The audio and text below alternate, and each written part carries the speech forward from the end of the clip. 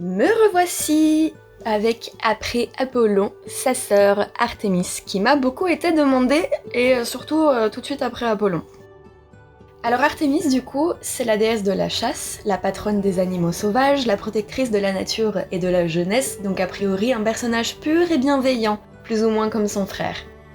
Mais en fait, c'est l'une des personnes chez qui le contraste entre bienveillance et intolérance est le plus marqué. Bienvenue dans Mythologie grecque décomplexée, installe-toi confortablement et serre-toi un verre, je te raconte l'histoire de la déesse du jour, Artémis. Alors commençons par le commencement, Artémis, c'est qui ? C'est la fille de Dionysos et Isis, ou Perséphone et un inconnu, ou Déméter et Zeus, mais surtout Zeus et Leto. Encore une fois et rapidement, l'histoire se déroule comme suit. Leto est enceinte de Zeus et ça déplaît fortement à Héra qui tente ce qu'elle peut pour empêcher la naissance à venir. Elle menace de ne jamais laisser le soleil briller sur la terre où Leto accouchera et envoie à sa poursuite un monstre appelé Python. Leto arrive sur l'île d'Ortygie où elle peut enfin donner naissance, mais pas avant d'avoir souffert le martyre pendant des jours de contraction utérine parce que Héra a retenu Illiti pour qu'elle ne fasse pas son job de sage-femme. Illiti finit par arriver et Artémis voit enfin le jour. Elle grandit et atteint sa taille adulte en quelques minutes et assiste sa mère pour la délivrance de son frère jumeau, Apollon. Alors, s'ils se ressemblent sur bien des points, le frère et sa sœur sont en réalité l'opposé l'un de l'autre. Non pas qu'ils s'entendent mal, au contraire, mais Apollon est le dieu lumière, d'une beauté rayonnante et un chaud lapin, là où Artémis représente plutôt la nuit, la beauté froide et la pudeur des vierges. Le premier est souvent confondu avec le dieu soleil, Hélios. La seconde est souvent confondue avec la déesse lune, Sénélé. Et c'est encore un peu plus complexe d'ailleurs parce qu'on a aussi Hécate qui rentre en jeu, la déesse de l'ombre lunaire. On les regroupe souvent les trois ensemble, Sénélé, Hécate, Artémis, sous le nom des triples déesses de la lune.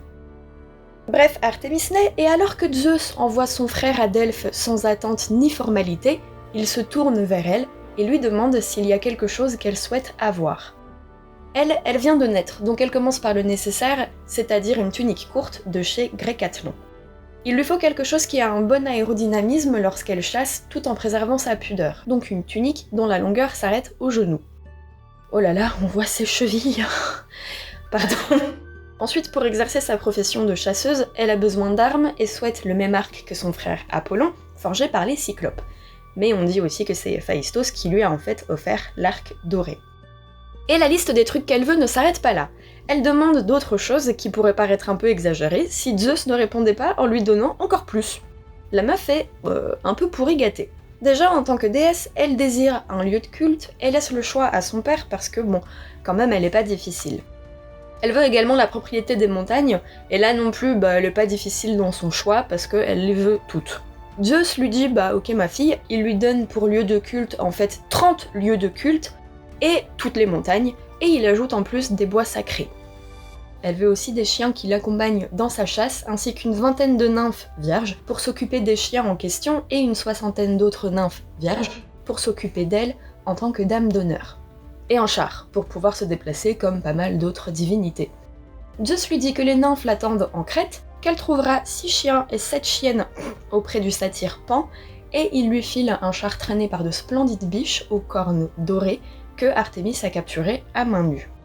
Elle se fait un petit plaisir et demande à ce que la quantité des surnoms soit égale à ceux d'Apollon, parce que c'est important. Du coup, elle en a une vingtaine que je n'énumérerai pas, parce que même s'ils ont une signification en grec, ça reste des épithètes à la con, et j'ai déjà 7 pages de script devant moi. Enfin, elle prie Zeus de lui laisser garder sa virginité à jamais. Elle refuse catégoriquement ce terrible péché qu'est l'union sexuelle. Elle rejoint donc la triade des déesses vierges de l'Olympe avec Hestia et Athéna.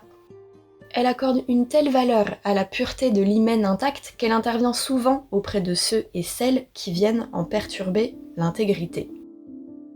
Comme Athéna, elle a été surprise par des yeux indiscrets alors qu'elle prenait son bain, donc à poil évidemment, et évidemment, elle le prend plutôt mal. C'est ainsi que Actéon connaît un sort pas ouf. Il était à la chasse avec ses comparses, mais dans le feu de l'action se retrouve séparé du groupe.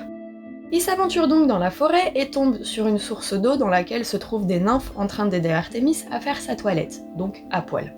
Il a même pas le temps de mater à proprement parler qu'il se fait remarquer par la déesse, outrée.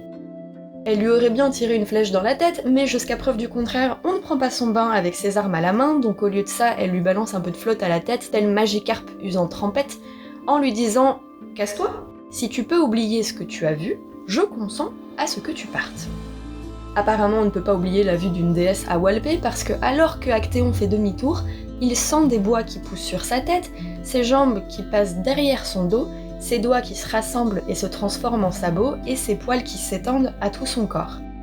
L'homme est devenu un cerf. Et en plus de ça, Artémis instaure dans son esprit une crainte permanente, ce qui fait qu'il est trop honteux pour retourner dans la civilisation, et trop craintif pour s'aventurer plus profondément dans la forêt. Donc il reste sur place, complètement indécis. Et ce, jusqu'à ce que ses potos les chasseurs le retrouvent, alerté par ceux qui étaient avant ses chiens de chasse, mais lui, il a plus de larynx humain pour parler et leur expliquer la situation, donc il se retrouve à fuir, avant de se prendre les flèches de ses ex-compagnons et de se faire déchiqueter vivant par ses propres chiens. Voilà, et Actéon n'est pas le seul à avoir vu Artémis dans le plus simple appareil. C'est ainsi que Cypriote a lui aussi connu un changement de nature, mais pas tout à fait le même. Alors que la déesse pudique prenait encore son bain toujours à poil, il la trouve lui aussi par hasard. Elle ne consent pas à le laisser partir, mais elle est quand même attendrie par le jeune âge du garçon et lui permet de rester auprès d'elle et de faire partie de son entourage. Mais pour cela, elle lui fait changer de sexe afin qu'il devienne une demoiselle vierge parmi toutes ces nymphes vierges. Cela porte à notre attention la nature antédiluvienne de la dysphorie de genre. Sur cette remarque dont tout le monde se fout, ce n'est pas juste la vue du corps en chair et en os de la déesse qui est réservée aux vierges. Ah non, la meuf a aussi rendu fou 2 mecs, parce qu'ils ont vu une certaine statue d'elle que seules les jeunes demoiselles pures de la région du bas peuvent admirer.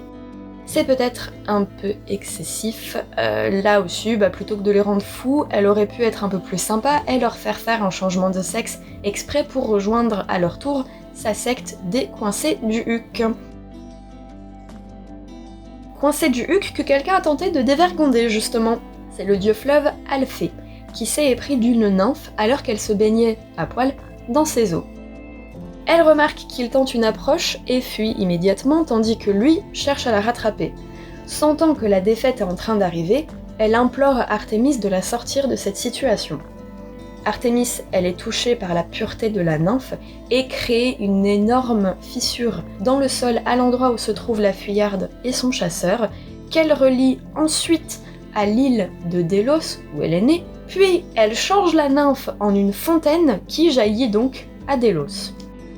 Bon, malheureusement, Alphée c'est un dieu fleuve, donc mélanger une eau à une autre eau, c'est pas compliqué, et du coup il unit sa propre flotte de fleuve à la flotte de la fontaine. Alphée qui d'ailleurs a ensuite voulu se faire Artémis elle-même, et avec un tel acharnement qu'elle a dû se planquer avec ses nymphes puis se couvrir la tronche et la leur de boue blanche pour être méconnaissable, et que Alphée ne puisse pas savoir qui de toutes ces femmes est celle qu'il convoite.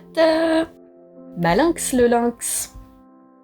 Un autre glandu plein de testostérone a tenté de choper une nymphe, et celui-ci il a réussi.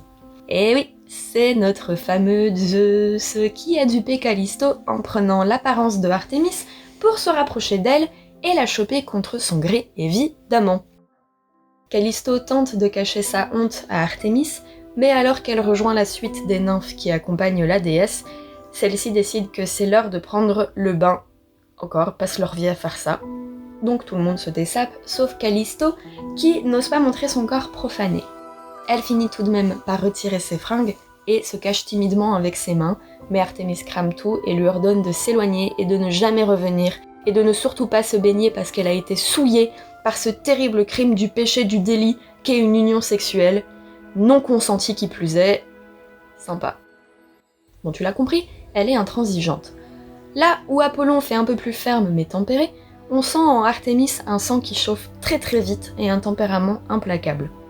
Et quand bien même elle a des réactions un peu extrêmes, c'est souvent avec une certaine notion de justice et de raisonnement, Par exemple, lors de la guerre de Troie, elle n'hésite pas à tirer des flèches sur sa famille divine, ce qui l'amène à se quereller un peu avec son frère, qui ne prend pas trop part à l'embrouille et qui refuse de répondre aux provocations de Poséidon. Elle soigne également Énée, un héros troyen, après que celui-ci ait été blessé sur le champ de bataille.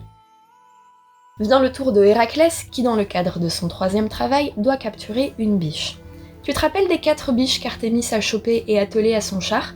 Il y en avait une 5e qui lui a échappé et qu'elle a laissée tranquille.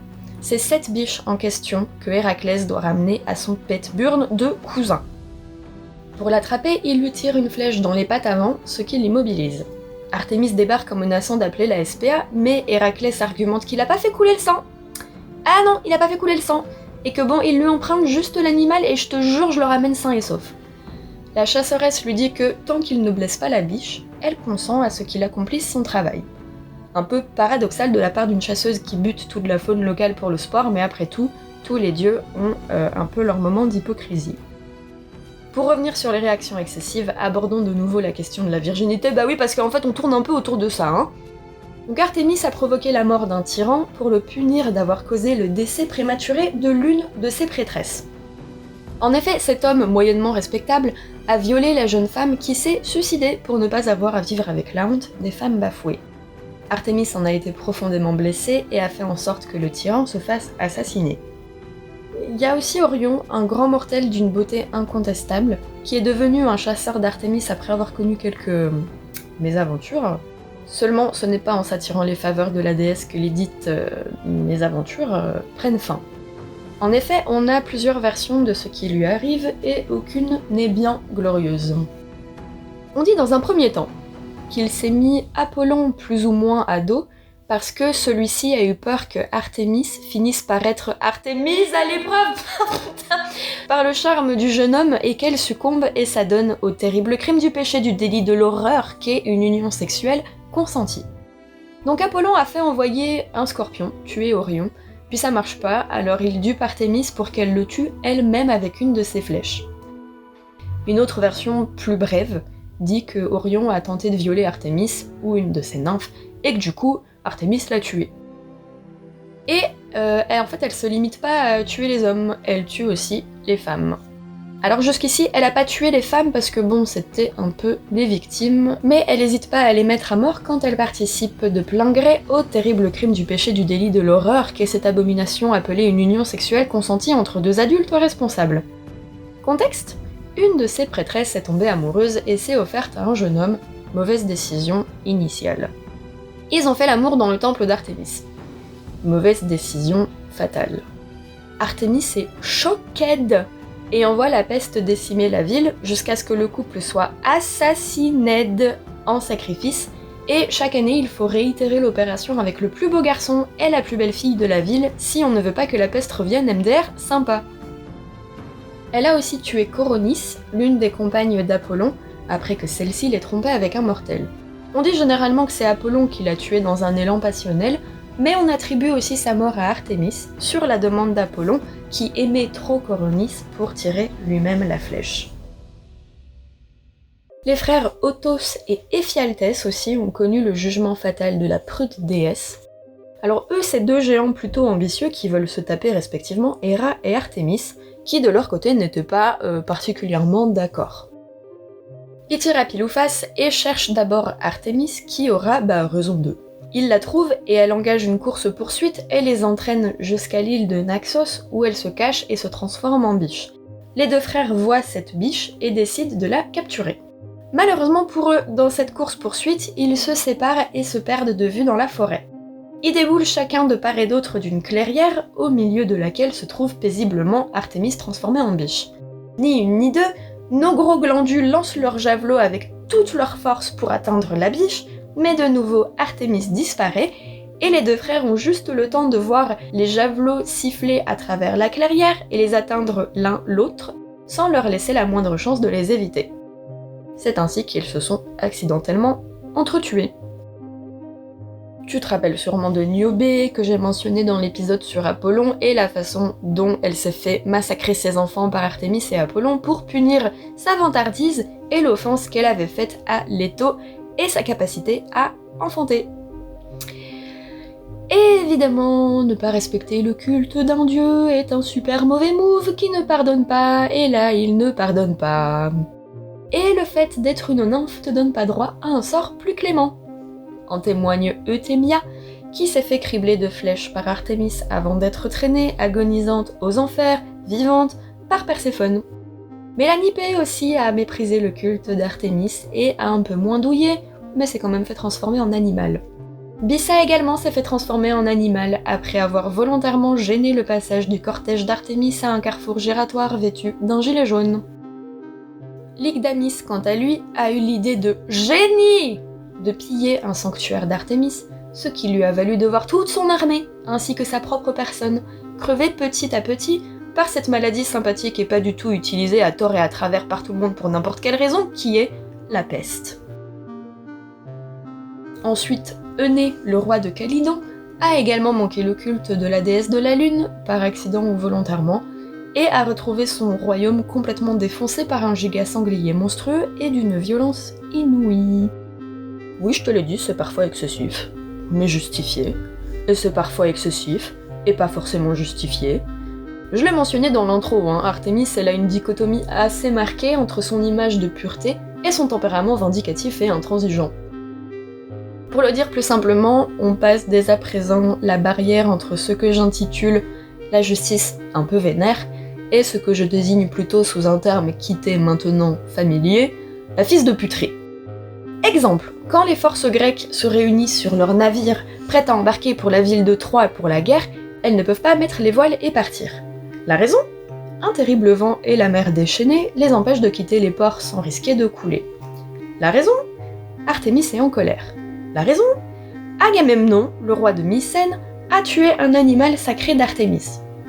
Bon, je suppose que seul Artémis peut buter ces animaux. Il aurait aussi dit qu'il est meilleur chasseur que la déesse. Bon, je suppose que seul Artémis peut se vanter de buter ces animaux. Elle demande un sacrifice pour se calmer et arrêter de menacer la vie des navigateurs. Alors bon, qu'est-ce qu'on lui sacrifie ? Un bœuf, un violeur, Agamemnon ? Non, elle veut une vierge, elle veut Iphigénie, la fille d'Agamemnon. Oui, la protectrice des jeunes filles trouve que s'il a tué un animal, il a qu'à tuer sa propre fille et on est quitte. Et lui, le cœur brisé, accède à sa requête et égorge sa fille.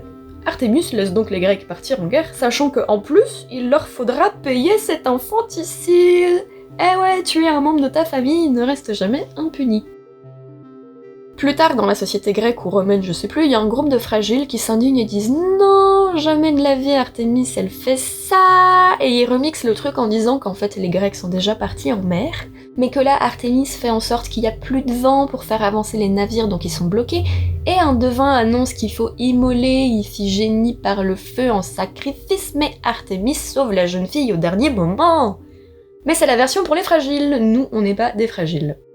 Et puis dans le genre je protecte les vierges mais pas toutes, on retrouve dans la catégorie pas toutes la jeune Aura, une titanide qui fait partie de la troupe des suivantes d'Artémis. Comme toutes les autres, elle est vierge, et comme certaines autres, elle ne va pas le rester bien longtemps. Elle fait l'erreur de se comparer à la déesse. Concrètement, Aura a sûrement autant les boules que moi d'avoir la corpulence d'une planche à pain, car elle déclare que les formes d'Artémis sont trop voluptueuses pour refléter la pureté d'une vraie vierge. Le sous-entendu est donc qu'elle a commis le terrible crime du péché du délit de l'horreur infâme et profane qu'est cette abomination inimaginable et impure appelée une union sexuelle consentie entre deux adultes responsables et lucides. Évidemment, Artémis est révoltée. Oh putain, ma phrase elle m'a achevée. Évidemment, Artémis est révoltée et sollicite Némésis pour apprendre à Aura que... Oh putain, que le body shaming c'est pas bien. C'est ainsi que Dionysos débarque d'on ne sait où et commet le terrible crime du péché du délit de l'horreur infâme et profane, impardonnable qu'est cette abomination inimaginable et impure appelée un viol. Artémis, je répète, défenseuse des vierges et protectrice des jeunes filles. Mais toujours pas protectrice quand tu te compares à elle, puisque Chioné, à son tour, a commis l'erreur de le faire et s'est retrouvée dans de beaux draps. De très beaux draps. De très très beaux linceuls. Pour aller avec une très très belle femme. Si belle qu'elle a fait tomber sous son charme Apollon et Hermès, et s'est sentie pousser une audace assez importante pour déclarer qu'elle est plus belle qu'Artémis. Artémis qui était dans le coin et qui le prend assez mal. Alors peut-être, hypothèse, parce qu'il n'y a pas trop de mérite à rester vierge et chaste si c'est parce que t'es un laidron imbaisable. Hypothèse. Elle rétablit donc la vérité sur sa propre beauté et tue Chioné. Après ça, elle lâche sa fureur sur la pauvre Polyphonte, une chasseuse qui lui dévoue sa vie entière. Elle préfère la chasse à la vie de femme au foyer et se refuse au concept même de l'amour qu'elle méprise, en gardant sa virginité intacte auprès de son idole.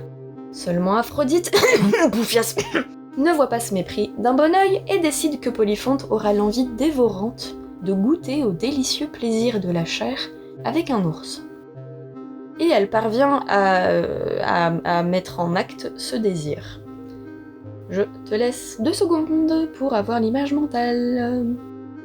Artémis l'apprend et sans même chercher une explication à ce gros What the fuck, elle pète un plomb et rejette Polyphonte, dégoûtée du fait qu'elle ait perdu sa virginité. Pas tant pour l'ours, nous on nous dit bien que c'est juste pour la virginité. Et en plus de l'envoyer bouler, elle lance à ses trousses tous les animaux sauvages du coin, parce que bon, lui faire comprendre qu'elle est souillée et qu'elle ne mérite plus aucun respect c'est pas assez, autant tenter de la servir en pâté aux animaux de compagnie. Et pour finir, pas tant une fils de puterie qu'un accident, elle a tué sans faire exprès l'un des fils de Poséidon, et le chagrin de la mère l'a tellement bouleversée qu'elle l'a transformé en fontaine. Je savais pas trop où mettre cette anecdote, du coup la voici pour terminer cette série d'événements. Et voilà, bah oui je viens de dire pour terminer, donc voilà, nous voici à la fin d'un épisode qui m'a été trop demandé, en espérant que je suis être à la hauteur de tes attentes. Que dire de plus, si ce n'est que j'ai été super surprise en fait de voir tout ce qui concerne Artémis. Avant de me pencher sur elle, je la voyais juste comme une déesse super gentille et super pure et amie des animaux, et en fait on a une meuf assez hardcore qui décime la faune locale, et bah écoute, on en apprend tous les jours. Je vais m'arrêter là et bâcler cette conclusion et cet épisode ici. N'hésite pas à t'abonner à Mythologie Grecque Décomplexée, à laisser une note à ce podcast. D'ailleurs, je vais pas tarder à migrer sur YouTube aussi au cas où, donc je vous tiendrai au courant. Abonne-toi aussi à mon compte Instagram, je fais souvent des stories avec des petites mises à jour et des updates sur ce qui se passe dans l'univers décomplexé. Va voir également le Instagram de Johan qui s'occupe de faire les covers de chaque épisode, il est vraiment très talentueux. Quant à nous, on se retrouve dans 15 jours pour un nouvel épisode de Mythologie Grecque Décomplexée. C'était Margot pour te divertir. Ciao!